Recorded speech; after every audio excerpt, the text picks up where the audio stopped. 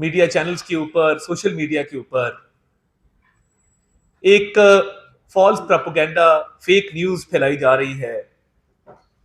और इस नाकामी को, जो सियासी इज्तिमा के नाम पर इस्लामाबाद का अमन खराब करने की एक मजमून साजिश थी, उसकी नाकामी को छुपाने के लिए जो राह फरार इख्तियार की गई, उसकी नामोशी को मिटाने के लिए झूठ गढ़ा जा रहा है, झूठा बयानिया बनाया जा रहा है। तो ये बहुत जरूरी है कि पाकिस्तानी अवाम के सामने आपके कैमरास के तवसत से तमाम तर हकायक रखे जाएं। देखिए, बात यह है कि पिछले कई प्रोटेस्ट हुए और उसमें भी जदीद असले से लेस बहुत सारे जराइम पेशा लोग मौजूद थे, बहुत सारे अफगानी शहरी मौजूद थे, बहुत सारे ऐसे लोग मौजूद थे जो वेल ट्रेन थे कि बंदूक किस तरह चलानी है, टीयर गैस शेल किस तरह फायर करना है। और ये तमाम ट्रेन लोग आए। संजानी में भी एक जलसा हुआ, लाहौर में भी जलसा हुआ, मगर इस मर्तबा क्या फर्क था पिछली जो कॉल्स हुई हैं उसमें और इसमें? एक हाइप क्रिएट की गई, फाइनल कॉल का एक नाम दिया गया कि ये डू और डाई है, इसमें से जो है बस अब आर या पार है, वापस नहीं जाएंगे। और मैं हमेशा हम ये सवाल करते हैं कि क्या वजह है कि जब भी कोई गैर मुल्की मुमलिकत का सरबराह आता है, फॉरेन डेलीगेशन आता है, तब ही क्यों ये कॉल दी जाती है? एससीओ में 12 प्राइम मिनिस्टर्स आ रहे थे, तब भी ये कॉल दी गई। 2014 की एक रिवायत आपके सामने है, चाइनीज प्रेसिडेंट का विजिट 7 माह डिले हुआ और पीटीवी पे जो हमला किया गया, पार्लियामेंट के जो गेट तोड़े गए, उस वक्त देखिए, मैं हमेशा बात करता हूं, SSP Asmatullah Junejo, law enforcement officer, Islamabad का एक अच्छा अफसर था, बड़ा नाम था अस्मतुल्लाह जनेजो का, हम सारे जानते हैं, बड़ी प्यार मोहब्बत से, बड़ी शफकत से पेश आने वाला अफसर था। उस पर जो तशद्दुद किया गया, जो बहीमाना तशद्दुद किया गया, उसकी क्या वजह थी? ये माइंडसेट था कि डंडे के जोर पे जो है वो हमने रियासत को जो है घुटने टेकने पर मजबूर करना है। रियासतें घुटने नहीं टेकती होती। मैं अल्लाह ताला के फजल से मैं बिल्कुल क्लियर कर दूं, रियासत का काम क्या होता है? जहां रियासत अपने बाकी फराइज सर अंजाम देती है, वहां रियासत का काम रिट ऑफ द स्टेट को इंपोज करना होता है, लॉ एंड ऑर्डर को मेंटेन करना होता है। सबसे बढ़ के रियासत का काम होता है अपने शहरियों के हकूक का और सेफ्टी एंड सिक्योरिटी का की इंश्योर करना, उसकी जमानत देना कि शहरियों के जानो माल को कोई नुकसान ना पहुंचे।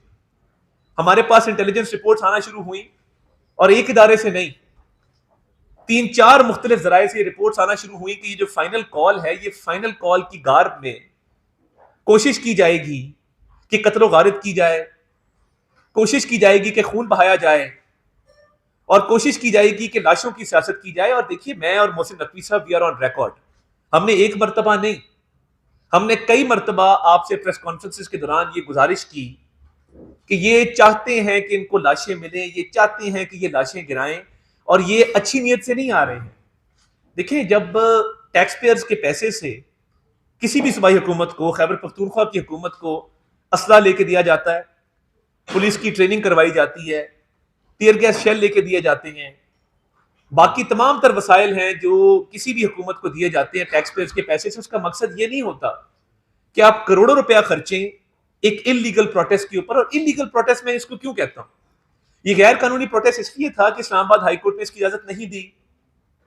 और देखें, 2 मरतबा, एक हमने आपको इजाजत लेके दी कि आप बानी चेयरमैन को मिलें और मिल के कुछ जगह का तयन कर लें। 2 मरतबा आपकी गैर मामूली मुलाकात हुई जो मामूल की मुलाकात से हटके थी, और आपको संजानी का मकाम ऑफर भी किया गया, मगर वो बुशरा बीबी साहिबा का ख्याल ये था कि रेड जोन की तरफ जाया जाए, और बेलारूस के सदर वहां पे तकरीबन 200 मीटर की दूरी पर थे जब ये प्रोटेस्टर चढ़े हैं कंटेनर के ऊपर रेड जोन में। उस वक्त बेलारूस का दौरा चल रहा था, एक हाई लेवल मीटिंग खत्म हुई थी अभी अभी, और वो चंद मील के फासले पर थे, और कंटेनर के ऊपर से एक जो 16 साल का लड़का गिरफ्तार किया गया, वो अफगानी शहरी है। मैं ये भी क्लियर कर दूं, मिनिस्टर इंटीरियर मोहसिन नकवी साहब की एक स्टेटमेंट को सियाको सबाक से हटकर पेश किया गया। उसको ऐसे पेश किया गया कि वो अफगानिस्तान की हुकूमत या अफगानिस्तान के लोगों के खिलाफ एक स्टेटमेंट है। देखिए, हमारी स्टेट की पॉलिसी बड़ी क्लियर है, अफगानिस्तान एक हमसाया मुल्क है, एक दोस्त मुल्क है, और हम वहां भी और अपने मुल्क में भी अमन के ख्वाहिशमंद हैं। मगर जो पाकिस्तान में गैर कानूनी तौर पर मुकीम अफगान शहरी इन जत्थों का हिस्सा बनते हैं, 37 अफगान शहरी यहाँ पे शरीक थे पीटीआई के प्रोटेस्ट में, भाई उनका क्या लेना देना? क्या किसी पॉलिटिकल पार्टी में ये शिक है कि जी आप किसी इंडियन शहरी को, किसी अफगान शहरी को, किसी शहरी को आप जो है वो मेंबरशिप दें और अपने प्रोटेस्ट में शरीक करें? बड़े हार्डन किस्म के लोग थे जो वहां से हमने जो गिरफ्तार किए कंटेनर के ऊपर से भी, और डी चौक में एंटर होते हुए जराइम पेशा लोग मौजूद थे, वारदातियां मौजूद थे। इस्लामाबाद की पुलिस के पास रिकॉर्ड है कि जो इधर G10 में, G11 में जाके वारदातें करते हैं, जो रिकॉर्ड याफ्ता लोग हैं, वो सारे शरीक थे, उन्होंने शेल्टर लिया इस प्रोटेस्ट का। और फिर देखिए जत्थों को आगे भेज देना, खुद पीछे रहना और बार बार कहना कि जी टकराव करो, तसादम करो, तसादम करो।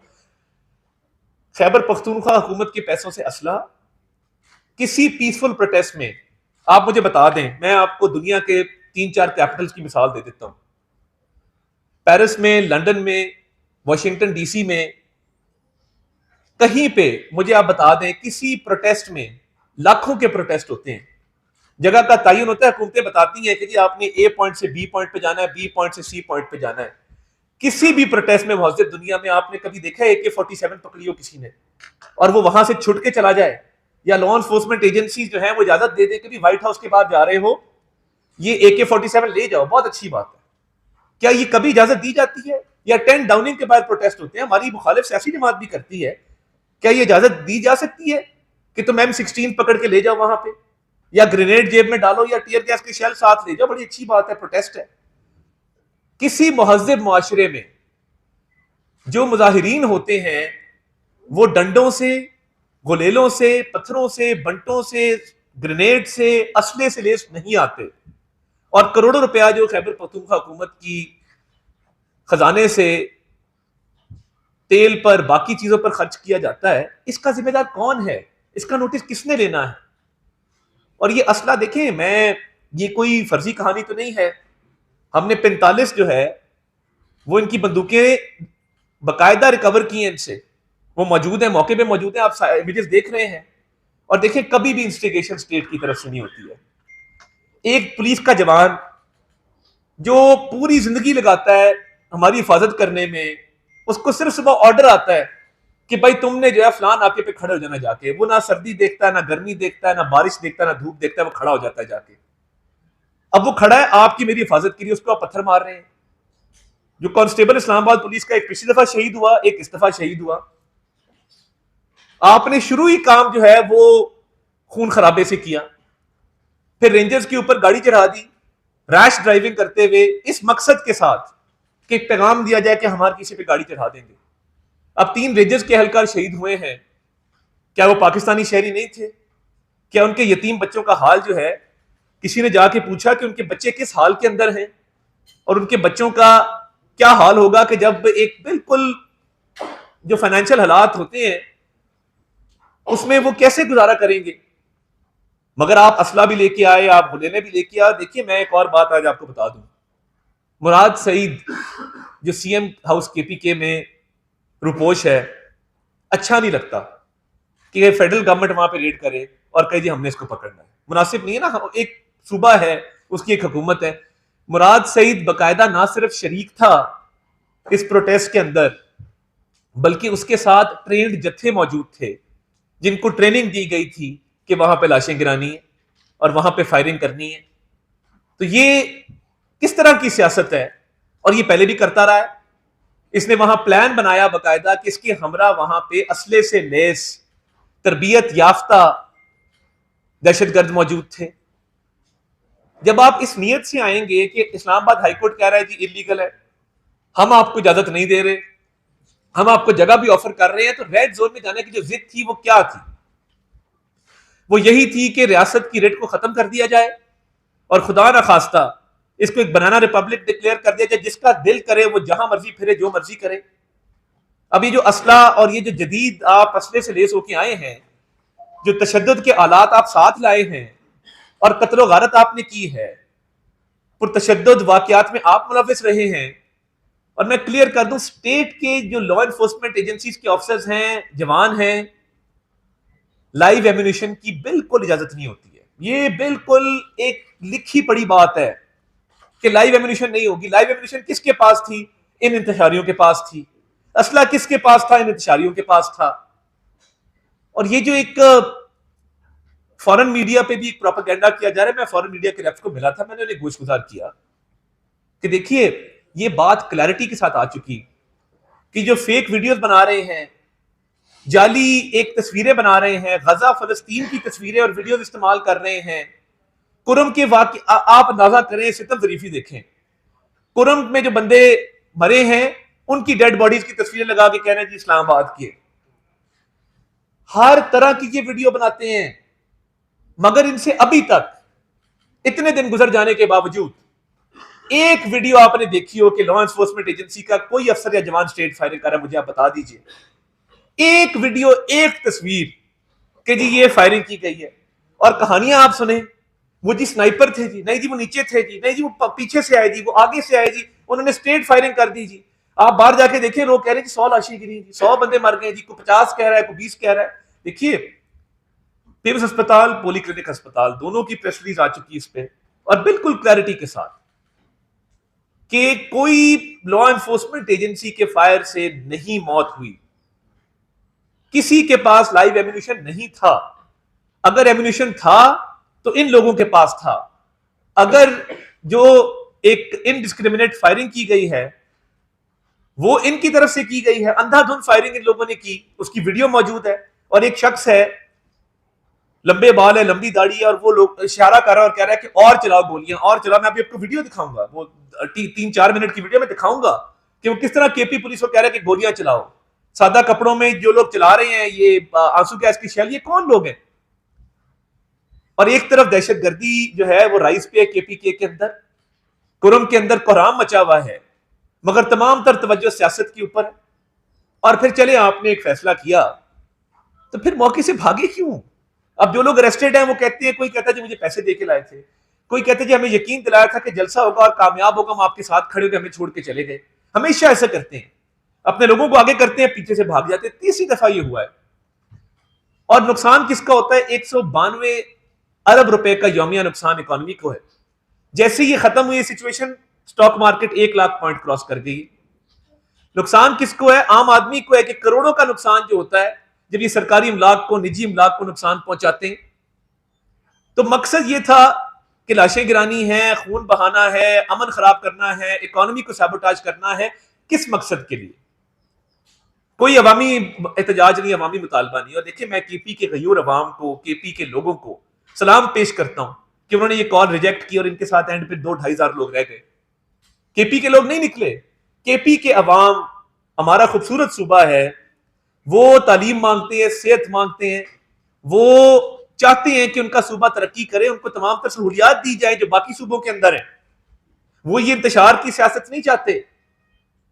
तो ये एक सोचा समझा मंसूबा था। अब जब वो मंसूबा नाकाम हो गया और मौके से फरार होना पड़ा, तो उसके बाद जो शर्मिंदगी मिटाने के लिए अब ये जी लाशें, जी लाशें, जी लाशें।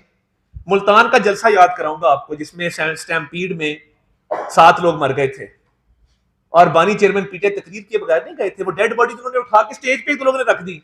वो उठा रहे थे, शोर मचा रहे थे कि खान साहब देखें ये लोग मर गए स्टैम्पीड पे। कासिम बाग के अंदर वो प्रोटेस्ट था, आपको अच्छी तरह याद होगा। ये तो आपकी बेहिसी है जो करोड़ करोड़ रुपया का ऐलान कर रहे हैं। काश कुरम के शोधा के लिए आपने ये किया होता। अब किधर है? मैंने ना कोई जनाजा देखा है, ना कोई इस तरह का क्लेम देखा है।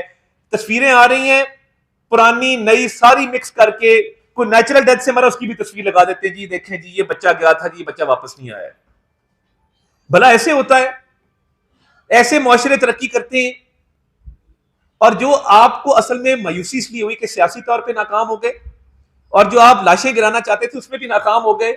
आपने 4 लॉ एनफोर्समेंट एजेंसीज के एहलकारों को शहीद किया। आप चाहते थे कि आपके भी पास जो है आप फायरिंग करें और अपने लोगों को मार दें। आपके पास कोई एविडेंस मुझे बता दें, एक सीसीटीवी, कोई सेफ सिटी कैमरा, कोई वीडियो, कोई किसी किस्म का एविडेंस कि जी स्ट्रेट फायरिंग हुई है। स्ट्रेट फायरिंग तो तब होगी जब लाइव एम्यूनिशन होगा। जब लाइव एम्यूनिशन ही नहीं है तो फिर स्ट्रेट फायरिंग क्यों होगी? तो मैं मुख्तसर तौर पे दरखास्त करूंगा सेक्रेटरी दाखिला को कि वो अपनी मारूजात पेश करें, और उसके बाद एक छोटी सी वीडियो आपको दिखाएंगे, फिर